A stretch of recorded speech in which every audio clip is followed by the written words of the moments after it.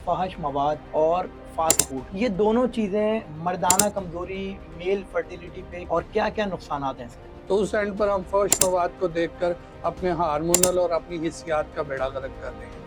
वो ठीक है। हिस्सियात जैसे जैसे हम जितना ज़्यादा किसी भी चीज़ में इन्वॉल्व होते रहते हैं, हम जो है हमारी एक्सपेक्टेशन भी बढ़ना शुरू हो जाती है और हमारा नज़रिया भी चेंज होना शुरू हो जाता है। के अंदर हमारी जो एनर्जियों को, नेगेटिव एनर्जियों को ज़्यादा कर रही हैं और पॉजिटिव एनर्जियों को कम कर रही हैं। वो हमारे साथ यही करेंगी कि हमारी जो भी हार्मोनल चेंजिंग है वो फ़ौरन होगी नहीं और हम कॉम्प्लेक्स में चले जाएंगे। जब कॉम्प्लेक्स में चले जाएंगे तो वो बीमारी बन जाएगी। पहले बसों में लोग बेच रहे होते थे दवाइयाँ, अब वो सोशल मीडिया पर बैठे अपनी दवाइयाँ बेच रहे हैं।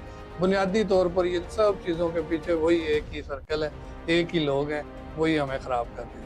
तो मुझे ये बताएं, घरेलू ऐसे कौन-सी ग़िज़ाएँ हैं घरेलू जिससे बांझपन से छुटकारा पाया जा सकता है? कुछ बच्चियों को तो रेडिएशन के बढ़ जाने की वजह से आता है। कंप्यूटर का यूजेज बहुत ज़्यादा कर रही हैं, हर अच्छा। वक्त लैपटॉप कंप्यूटर ये पे। कंप्यूटर या फ़ोन का यूज़ेज ज़्यादा करना ज़्यादा? बिल्कुल। सिगरेट जो है वो शुगर को कुछ उसमें ख़राब करती है? फ़र्क नहीं पड़ता? हाँ जी, डेफिनेटली करती है, ऑक्सीजन को कम करती है। हकीम अब्दुल माजिद साहब, कैसे हैं सर आप? जी शुक्र अल्हम्दुलिल्लाह, आप सुनाएं कैसे? मैं बिल्कुल खैरियत से हूँ अल्हम्दुलिल्लाह। बहुत-बहुत शुक्रिया आप इधर तशरीफ़ लाए और आपने हमारे लिए एक वक्त निकाला। इंशाल्लाह आगे भी निकालते रहेंगे इंशाल्लाह ताला, इंशाल्लाह ताला। सबसे पहला सवाल ये है कि इस ज़माने में जो कि आप देख रहे हैं कि फ़हश मूवीज़, फ़ाहिश मवाद और फ़ास्ट फूड, ये दोनों चीज़ें मर्दाना कमज़ोरी, मेल फर्टिलिटी पे कितनी असरअंदाज होती हैं और क्या-क्या नुकसानात हैं इसके? देखें, आपने बड़ा जामिया जो है ना वो सवाल किया है। इस सवाल के अंदर पूरी की पूरी यानी साइकोलॉजिकल और फिजिकल दोनों ही चीज़ें जो है ना वो बांध दी गई। ठीक है जी, आपके सवाल ने आपने बांध दी हैं। अब इसके अंदर जब हम जाते हैं साइकोलॉजिकल, तो हम किसी भी चीज़ को देखकर अट्रैक्ट होते हैं। तो उस एंड पर हम फर्श मवाद को देखकर अपने हार्मोनल और अपनी हिस्सियात का बेड़ा गर्क कर रहे हैं। वो हिस्सियात जैसे जैसे हम जितना ज़्यादा किसी भी चीज़ में इन्वॉल्व होते रहते हैं, हम जो है हमारी एक्सपेक्टेशन भी बढ़ना शुरू हो जाती है और हमारा नज़रिया भी चेंज होना शुरू हो जाता है। ठीक है। हमारा बिल्कुल जो है सोचना और अमल करने का हर चीज़ के अंदर फ़र्क आना शुरू हो जाता है। अलग-अलग जाविये हो जाते हैं। ये तो है साइकोलॉजिकल वार। और दूसरी एंड पर जो आपने फास्ट फूड और ऐसी चीज़ों का जो नाम ले लिया है, वो चूँकि बनी हुई इस तरह की होती हैं, प्रिजर्व हुई चीज़ें सारी उसमें डाली जाती हैं और उनको फिर तला जाता है या इस तरह से बनाया जाता है कि उनके अंदर मैदा और इन सब चीज़ों की जो सिक्रेशन पैदा करने वाली चीज़ें हैं, जो बॉडी के अंदर मुंजमद होने वाली चीज़ें हैं, वो बनाई जाती हैं, जो कि एकदम ड्राई पैदा करती हैं, ड्राइनेस पैदा करती हैं बॉडी में। हमें डाइजेस्टिव सिस्टम में ड्राइनेस फील होती है। हम फिर उसके पीछे या ठंडे पानी या कोल्ड ड्रिंक्स या इस तरह की चीज़ों को लेना मजबूरी समझते हैं और उससे फिर हमारा जो है प्रैक्टिकली एंड पर हमारे जो हार्मोन्स हैं, हमारे जो डाइजेस्टिव सिस्टम के साथ गट का इशू है, हमारे इसके साथ जितने भी रिलेटेड जो इशू हैं, वो फिर फैटी लीवर पर भी जाएंगे हम और दीगर इस तरह के इशू बनेंगे कि हम उनको फेस कर रहे होंगे। लेकिन वो बुनियादी तौर पर वो जिनको हम मामूली समझ रहे हैं, वो मामूली है नहीं है। फिर जितने वो क्रॉनिक होते जाएंगे, चूँकि ग्लैंड्स को डिस्टर्ब कर रहे हैं, हमारे खाने से लेकर थायराइड से लेकर वो पूरे जितने भी हमारे ग्लैंड्स, मेन ग्लैंड्स हैं, उन सब को डिस्टर्ब कर देंगे, इवन के हमारे टेस्टिकल तक। ठीक है जी? जब वो डिस्टर्ब हो जाएंगे तो फिर उसके अंदर जो है वो, जैसे आपने कहा कि बांझपन और इन चीज़ों के ऊपर ये जो है ना क्या असरअंदाज हो रही है, तो वो सारी की सारी चीज़ें इसमें जो है ना आना शुरू हो जाएंगी। वो क्या है, अट्रैक्ट हम नहीं हो रही, हिस्सियात हमारी बेहिस हो रहे हैं ना, हमारी इन चीज़ों के अंदर पूरी जो है वो हिस्सियात ख़राब हो रही हैं।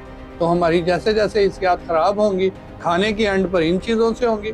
और वैसे साइकोलॉजिकल जब हम किसी भी चीज़ को बहुत ज़्यादा देखेंगे, वो फौज मवाद हो या कोई भी ऐसी चीज़ें जो हमारे ब्रेन के अंदर हमारी जो एनर्जियों को, नेगेटिव एनर्जियों को ज़्यादा कर रही हैं और पॉजिटिव एनर्जियों को कम कर रही हैं, वो हमारे साथ यही करेंगी कि हमारी जो भी हार्मोनल चेंजिंग है वो फ़ौरन होगी नहीं और हम कॉम्प्लेक्स में चले जाएंगे। जब कॉम्प्लेक्स में चले जाएंगे तो वो बीमारी बन जाएगी, डिजीज़ बन जाएगा। जब डिजीज़ आ जाएगा तो वो फिर डिजीज बेचने वाले और दीगर लोग उसको और ज्यादा फिर उसके ऊपर बैठे हुए हैं बाजार गर्म गेम करके। खेलेंगे। जी बिल्कुल, वो इतनी ऊंची ऊंची बोलते हैं, इतनी ऊंची ऊंची उस पर वो करते हैं।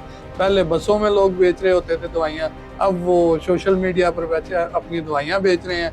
बुनियादी तौर पर इन सब चीज़ों के पीछे वही एक ही सर्कल है, एक ही लोग हैं, वही हमें ख़राब कर रहे हैं। वो ये सब चीज़ें भी करते हैं, उसकी दवाइयाँ भी वही देते हैं। जी, उनके पास इनके सोल्यूशन भी उनके पास है। ठीक है, तो आप ये समझते हैं कि जो कि आप मर्दाना कमज़ोरी या लड़के आजकल जिस नौजवान नस्ल आप समझ लें, लड़का हो कि लड़की हो, कोई भी हो, नौजवान नस्ल जो है फहश मूवीज़ की वजह से और वीडियोज़ की वजह से अपने क्या क्या नुकसान आप समझते हैं कि किन किन नुकसान की तरफ वो जा रही है?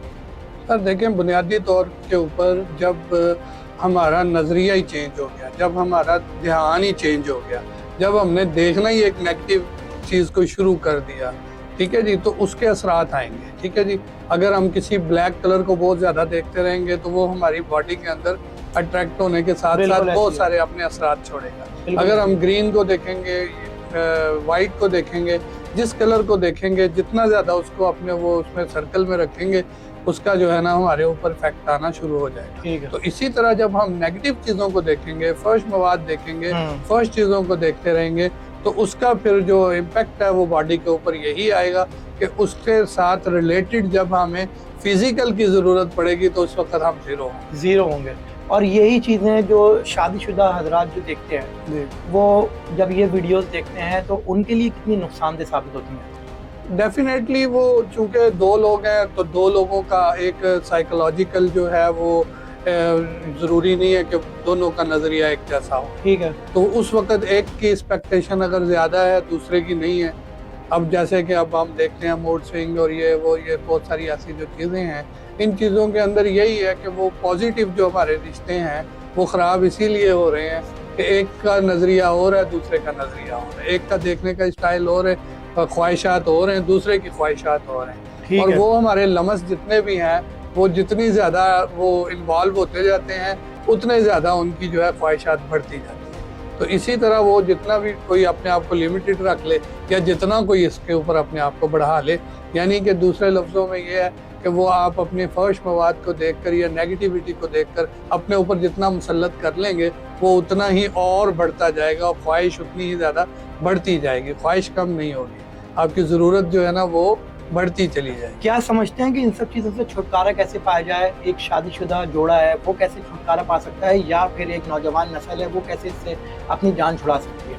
लेकिन सबसे बुनियादी चीज़ ये है कि ये होता कैसे है, क्यों होता है। ठीक है, ये उस वक्त होता है, ये इस तरह की कंडीशन है कि हमारी, जैसे अभी आपने सवाल जो कंप्लीट किया है उसके अंदर आपने गट सिस्टम को ख़राब करने का भी कहा। बिल्कुल। जब गट सिस्टम हमारा ख़राब हो जाता है, गैसेस ऐसी कुछ हैं जिनको अभी लंबा हो जाएगा मैं उसका जवाब दूंगा, तो वो गैसेस जब वो हमारी बॉडी के अंदर ब्रेक हो जाती हैं तो हमारा नेगेटिविटी की तरफ ध्यान बार बार जाता है और ऑक्सीजन बॉडी के अंदर कम हो रही होती है। ठीक है, तो ये मेंटली जो है ना एक खेल है, मेंटली तौर पर वो है। हाँ, जोड़ों के लिए मैं अब आपको यहाँ पर ये बात करूंगा कि जो शादीशुदा जो लोग हैं, लोग समझेंगे शायद इसमें का कोई नहीं मीनिंग, जो शादीशुदा अफराद हैं जो एक अपनी उसमें मैरिड जो है ना उसमें लाइफ में उनको जो है वो कोई इशू अगर है तो उनको हम हमेशा यही मशवरा देते हैं कि आप इन सब चीज़ों को आपस में डिस्कस करिए। ठीक है, आप दोनों का साइकोलॉजिकल जब आप मांगी होगी तो आपको जो है ना इस सर्कल से निकलने में भी आसानी होगी, मदद मिलेगी, और आपको जो है ना एक दूसरे के साथ जो है ना वो एडजस्ट करने में भी आसानी होगी। ठीक है सर, ये बताएं कि जो ख़वातीन बांझपन का शिकार हैं वो किन वजूहात की वजह से बांझपन का शिकार होती हैं, और अगर वो चाहें कि अगर कोई गरीब घराना है, पैसे नहीं है डॉक्टर के पास जाने के लिए और जो है बहुत सारी चीज़ों के लिए खर्चे और पैसे नहीं हैं, तो मुझे ये बताएं घरेलू ऐसे कौन सी ग़िज़ाएं हैं घरेलू जिससे बांझपन से छुटकारा पाया जा सकता है? फीमेल के लिए देखिए बिल्कुल जो है अलग ही जो है ना मामला है। ठीक है, फीमेल में बांझपन जो है कुछ बच्चियों को तो रेडिएशन के बढ़ जाने की वजह से आता है कि वो कंप्यूटर का यूजेज बहुत ज्यादा कर रही हैं, हर वक्त लैपटॉप कंप्यूटर पे, कंप्यूटर या फोन का यूजेज ज्यादा करना भी बांझपन की तरफ जाता है। बिल्कुल, ये रेडिएशन जब बॉडी में बढ़ जाएगी तो ग्लैंड्स का सर्कल खराब हो जाएगा, जब वो खराब हो जाएगा तो फिर डेफिनेटली जो है उसके जो है असरात आएंगे। उसके असरात आएंगे तो वो सबसे पहले फीमेल के अंदर उसके फीमेल ग्लैंड्स डिस्टर्ब होना शुरू हो जाएंगे। अच्छा। उसके सर्कल खराब होना शुरू हो जाएंगे। तो उस एंड पर फिर हमारे पास जितनी भी जो घरेलू रेमेडी जैसे आपने कहा है, तो उसमें सबसे बेहतर ये है कि वो अपने जो है ना कोई ना कोई फिजिकल एक्टिविटी रखें जिसमें उनको पसीना आए।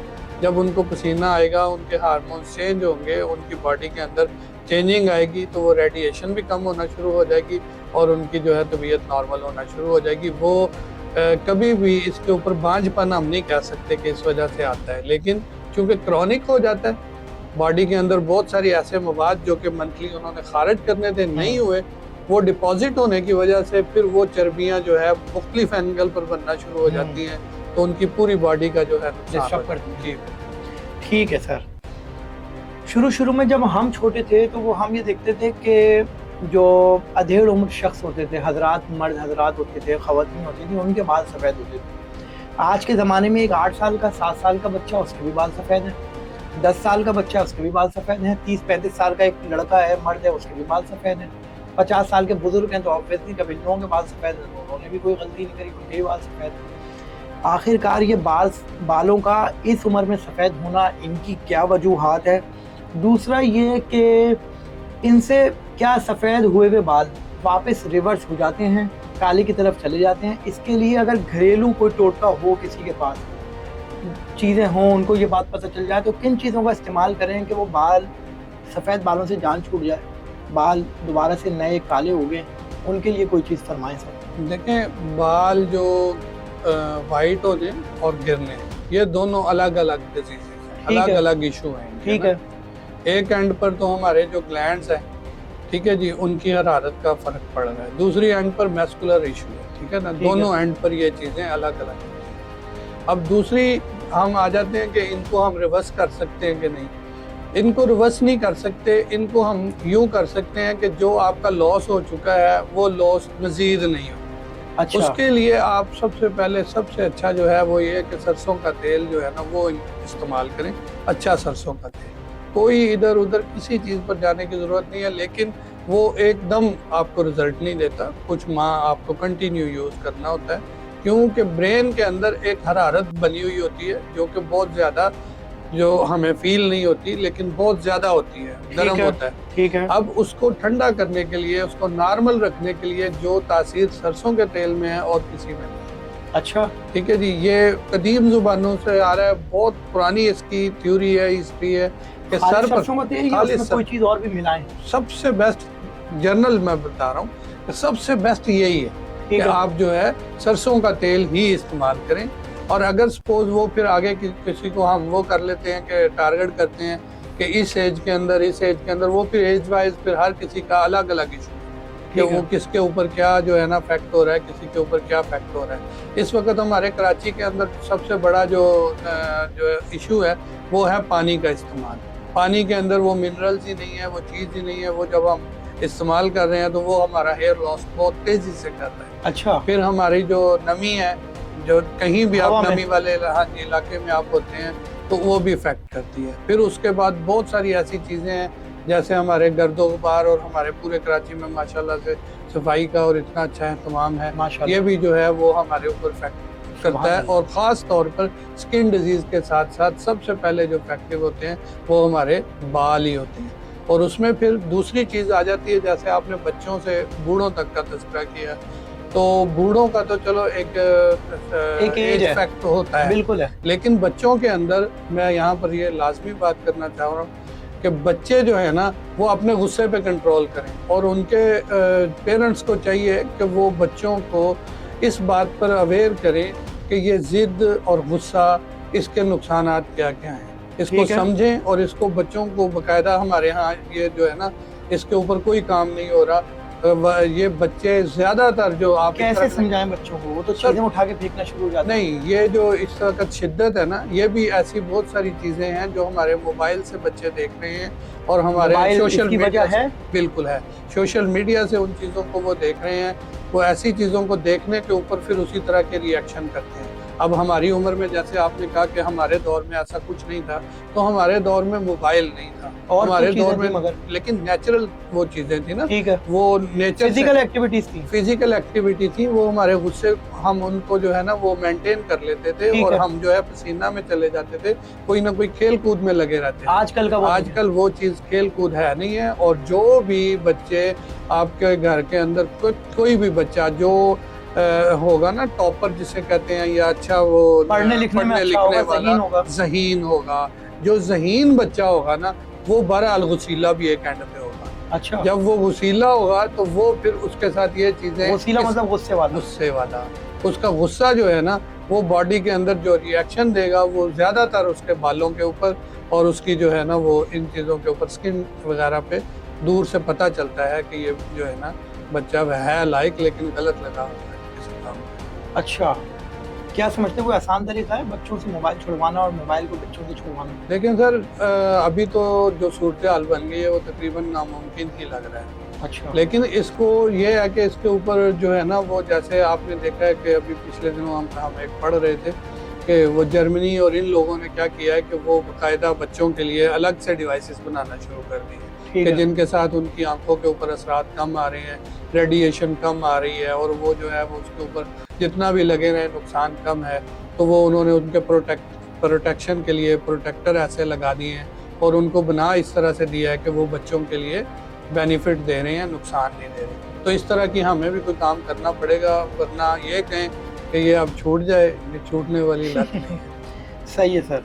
अमूमन अब इसमें कोई एज ग्रुप नहीं है, हर एज के लोगों के साथ हम इनको 40 साल से ऊपर के लोगों को इसमें शामिल नहीं कर रहे या 50 साल से ऊपर के लोगों को इसमें शामिल नहीं कर रहे, लेकिन है क्या कि स्किन पे स्पॉट्स आ जाना, ब्लैक स्पॉट्स आ जाना, डार्क सर्कल आ जाना और अजीब अजीब किस्म के निशानात के, अगर आप स्किन छू के लगेगा तो वैसा लगेगा ये स्किन का हिस्सा है, लेकिन स्पॉट्स के हिसाब से स्किन ब्लैक हुई हुई है।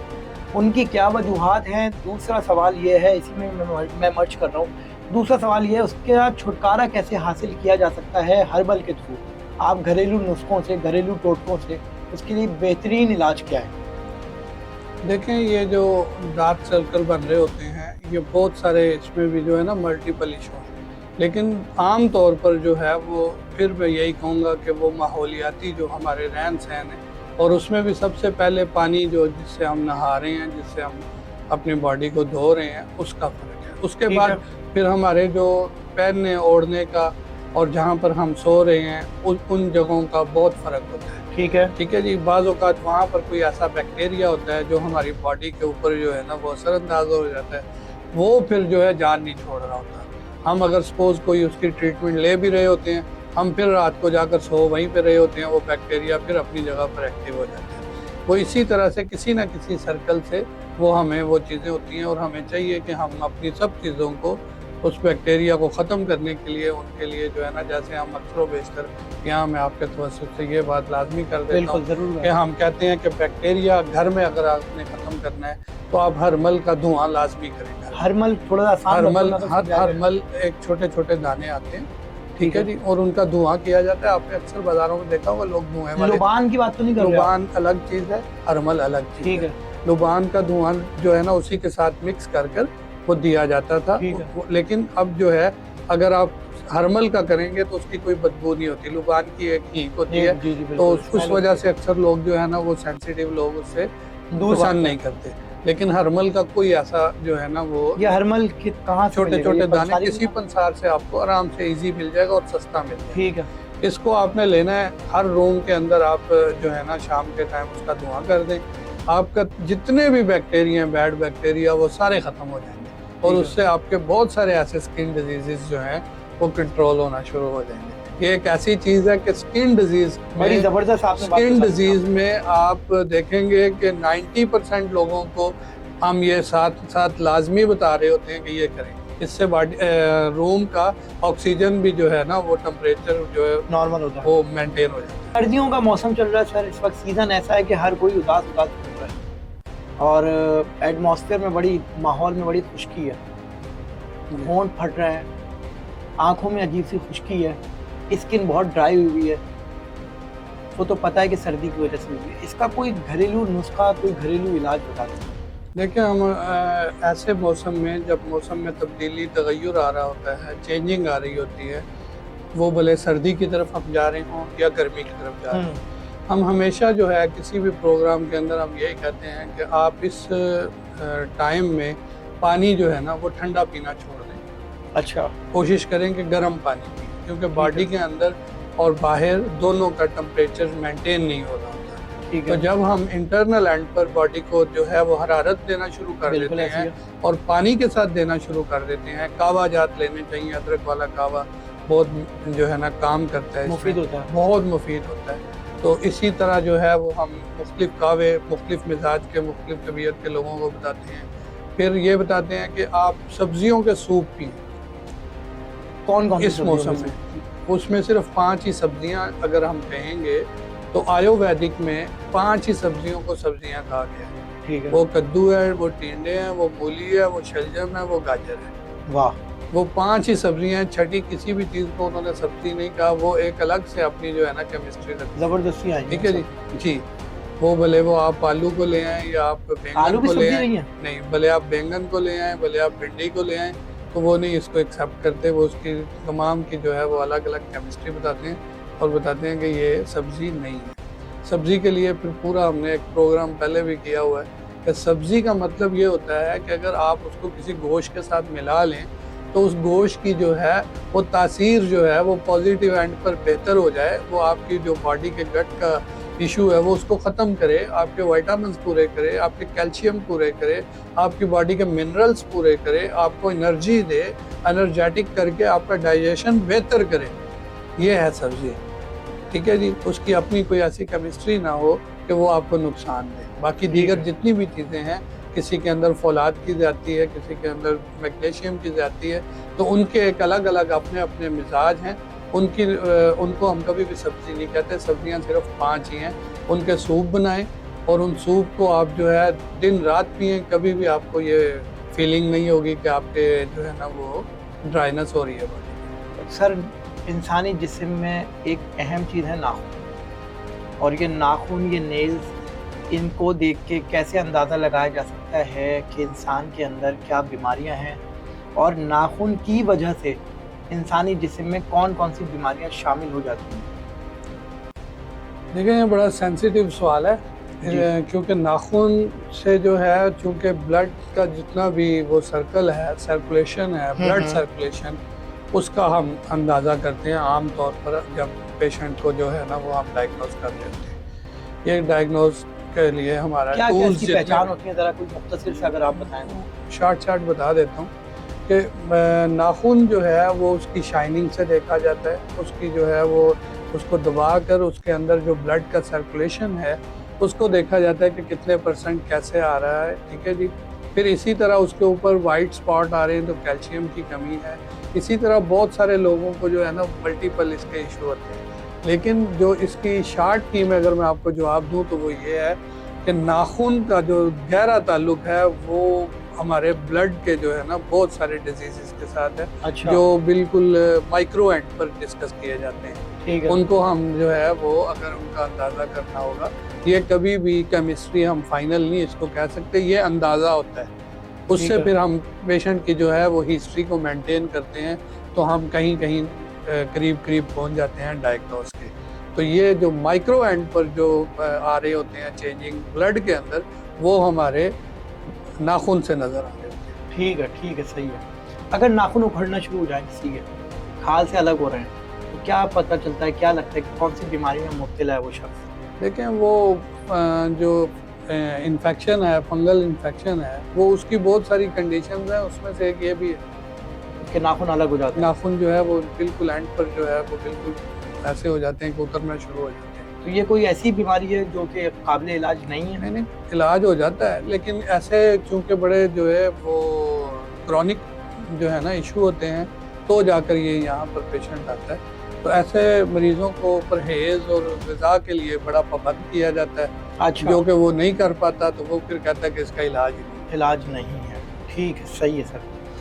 सर, एक बीमारी है, स्किन डिजीज़ है या ऑटो इम्यून डिजीज़ है, सोराइसिस। सोराइसिस किस तरह की होती है, क्यों होती है, वजूहात उसकी क्या है, और इलाज इसका क्या है? क्योंकि हमने अभी तक हमने ये सुना है कि सोराइसिस का कोई भी इलाज नहीं है, कंट्रोलेबल तो है, ये कंट्रोल हो जाती है लेकिन ख़त्म नहीं होती। क्या इसमें कितनी सदाकत है? अब स्किन जो है ना, स्किन पर तो ये नज़र आ रहा है, लेकिन ये इसके जो बैक्टीरिया हैं ये आपको लार्ज इंटेस्टाइन से, आपके रेक्टम से लेकर, और बाज़ औक़ात जो मैंने थ्योरी की हैं बड़े सारे पेशेंट कि उनको शुरू ही ऐसी जगह पर उन्होंने स्टूल पास किया कि वो जो है पब्लिक टॉयलेट थे या ऐसी जगहों पर उन्होंने जो है ना वो यूज़ करने के बाद उनको ये शुरू हुआ और अब वो पूरी स्किन पर फैले हुए। ठीक है जी। तो अब जब उनको हमने वो सारी चीज़ों को देख लिया कि भाई उनकी हर एंड ठीक थी, उनके रूम ठीक थे, उनके बिस्तर ठीक थे, उनके कपड़े पहनने का वो ठीक था, हर चीज़ ठीक थी, जो कोई उनका ऐसा वो नहीं था झोल झाल, तो फिर कहाँ से ये उनको जो है ना बैक्टीरिया लगा। तो वो हमने जब देखा तो वो पब्लिक टॉयलेट को यूज़ करते थे, अच्छा, जहाँ पर हर कोई जाता है। तो इसलिए हम आम तौर पर अपने मरीज़ों को कह रहे होते हैं कि अगर घर में भी हैं तो आप कोशिश करें कि वॉशरूम से पहले अच्छी तरह पानी बहाएं, अच्छी तरह पानी बहाएं। भले आपको शाइनिंग नज़र आ रही है, सफाई नज़र आ रही है, लेकिन आपको नहीं पता कि वहाँ पर क्या है, कैसे है। आप बहुत सारे ऐसे बैक्टीरिया हमारी बॉडी में जो है ना वो आ जाते हैं, वो इसी तरह से बाहर बैक्टीरिया जो पड़ा होता है उसके ऊपर जब हम अपने बैठ जाते हैं तो वो वहाँ से आ जाते हैं हमारी बॉडी में। अब जब वो इंटरनल एंड पर आ जाते हैं तो वो फिर फैलना शुरू हो जाते हैं, पूरी बॉडी में फैलना शुरू हो जाते हैं। फिर इनका सर्कल है सोराइसिस का ख़ास तौर पर कि वो किसी के ऊपर 7 साल में, किसी के ऊपर 11 साल में, किसी के ऊपर 3 साल में वो अपना सर्कल पूरा करते हैं। जब वो सर्कल पूरा कर लेते हैं तो फिर अपना जो है ना वो ऐसी सिम्टम्स देना शुरू होते हैं कि हमें नज़र आना शुरू होता है कि यहाँ पर ये हो रहा है, यहाँ पर ये हो रहा है। फिर जब हम उनको ठीक करने के लिए कोई लेंथी प्रोग्राम बताते हैं कि आपने ये खाना है, ये परहेज करना है, ये ऐसे करना है, ये ऐसे करना है, तो वो फिर पेशेंट के लिए बड़ा मुश्किल होता है, क्योंकि उसने ना जानते हुए, ना चाहते हुए बीमारी को तो काफ़ी टाइम से जो है वो बर्दाश्त कर लिया, पाल लिया, लेकिन वो अब जो है वो बाकायदा तौर पर उसके दिफा करने के लिए, उसका वो डिफेंसिव पावर पैदा करने के लिए, उसको पूरा ख़त्म करने के लिए उसके पास या तो टाइम नहीं है, या माहौल नहीं है, या वो पूरा अपना वो उन चीज़ों के ऊपर प्रिपेयर नहीं होता।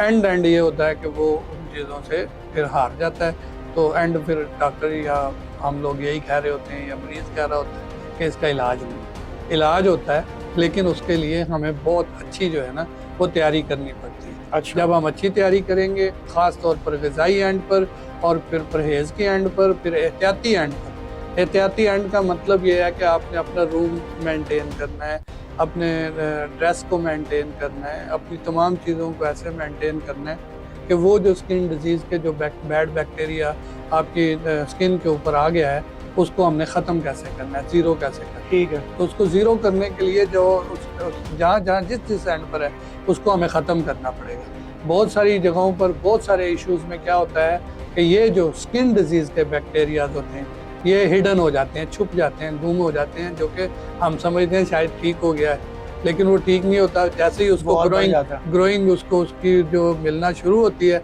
वो फिर खड़ा हो जाता है। फिर हम कहते हैं कि ये मुआलज का फेलियर है, या ये मेडिसिन का फेलियर है, या ये जो है ना हमें शायद गाइड करने वाले ने गलत बताया। ऐसा कुछ नहीं होता, वो कहीं ना कहीं से हमारा अपना ही फेलियर होता है।